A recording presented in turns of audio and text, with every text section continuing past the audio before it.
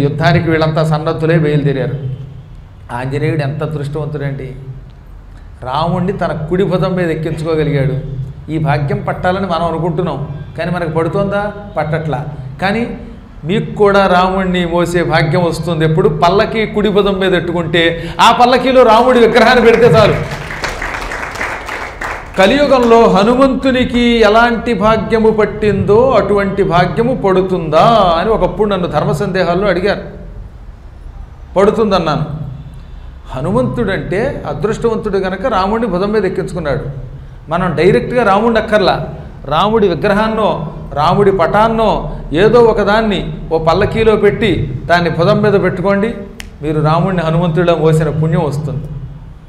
కాకపోతే ఇటువంటి plaster of Paris విగ్రహాలు కాకుండా ఉత్సవమూర్తులు ఉంటారు, వీటికి పుణ్యం ఉంటుంది. పుణ్యం లేదన్న నేను, కానీ సంపూర్ణమైన ఫలితం రావాలంటే హనుమంతుడిని ఎటువంటి భాగ్యమో ఆవరించిందో, లేక హనుమంతుడు రాముడిని భుజం మీద ఎక్కించుకుని ఎటువంటి పుణ్యము పొందాడో అంతటి పుణ్యం మనం పొందాలంటే కళ్యాణములు నిరంతరం జరిపించుకునే ఉత్సవమూర్తులు ఉంటారు కదా, పంచలోహమూర్తులు, ఆ మూర్తుల్ని భుజం మీద మోసినా, వాటిని పల్లకీలో పెట్టి మోసినా మనకి డైరెక్టుగా రాముణ్ణి భుజం మీద ఎక్కించుకుని ఆకాశ మార్గంలో ఎగిరిన హనుమంతుడికి వచ్చినంత పుణ్యం వచ్చి తీరుతుంది.